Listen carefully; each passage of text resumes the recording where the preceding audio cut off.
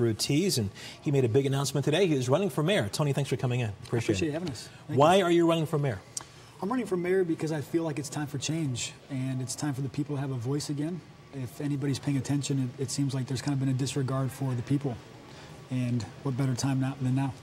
Specifically, a disregard for the people. What are you talking about? What are the big issues that you think are facing Cleveland these days? There's a lot of big issues. The issue that I really want to focus on is education, and primarily adult education. I think that most people don't realize that more than 50% of our adults are functionally illiterate, to the point where they can't read a bus route, they can't read their prescription or their utility bill. And I don't think anything else happens. There's no progress otherwise. You want to talk safety, you want to talk economic development. Nothing happens unless we have human development. And there's a whole bunch of people that have been neglected for the better part of a decade. What is the current administration doing wrong in your mind that you think you can do better?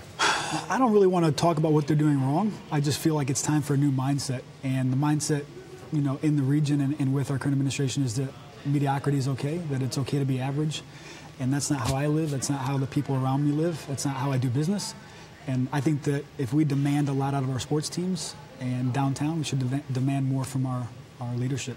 And I want a new mindset that thinks we can be the best in everything, and especially from our current administration. Now, you've never run for public office Correct. Before, right? Yeah. I mean, why at this point? You're doing well in your business. Yeah. You've got a lot of things going on. At do. this point, as someone who's never run for office, and people are going to look at that and they're going to go, okay. Not that that's an impediment these days, obviously, because as we've seen. We have. But a lot of people are going to look at this and go, okay, why is this guy doing this? He's never done this before. Yeah. He's doing really well. How would you sum that answer up? Well, I've never really wanted to be in politics, but I've also loved Cleveland my whole life. And as passionate as I am about my business, I'm way more passionate about the city. And my heart is for the people. And when I go into these communities and actually have conversations and I realize that the people are oppressed and that there's really systemic problems, I can't just sit back and wait. And I can't wait 4 years. You know, people say, why don't you run for council? Well, we're seeing evidence of the fact that council really has no power right now. And there's no checks and balances for the current administration. And so if we want real change, we have to take it from the top. And I don't want to wait 4 years. I also don't want to have to move. If opportunity is greater outside of the region, then it's up to me and to our generation to make it stronger here. Crime, obviously, a big problem. It is. In Cleveland. What's your plan on solving that, or at least curbing it? Yeah, well, for me, there's a lot to do, and it's tough to say this is exactly what I would do in day one. I think it's a long-term process. I think that morale inside the police department is as low as it's ever been, and I think that in order to actually have strong policing in our community, we have to strengthen the core of the police department. These guys that go out there and deal with issues that we've, you know, hardly ever dealt with, we can't expect them to go on the streets without proper training, without support, without the equipment they need. And it's tough to talk community relations and changing policing from that aspect when the guys don't feel like they're equipped even to go on the streets.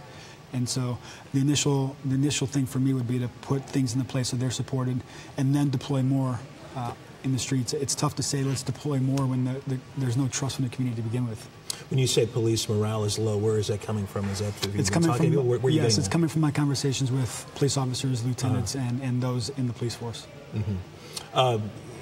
When you look at job one for you right now, you have to have what, 20,000 signatures by? No, 3,000. 3,000. Okay, by June 29th. Yeah, June 29th. Signatures. Where are you in that process at this point? We're actively working now that we're public. We can work a little bit harder. So my goal is actually to get them as soon as we can. So.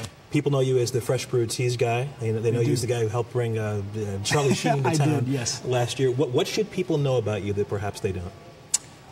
Probably my background, and just briefly, I come from a single-parent home, grew up with my grandparents, and they helped raise me with my mom, very middle class, and so I've always kind of been the underdog, continuously striving to better myself. I've been working since the age of 12, earned the only master's degree in my whole family.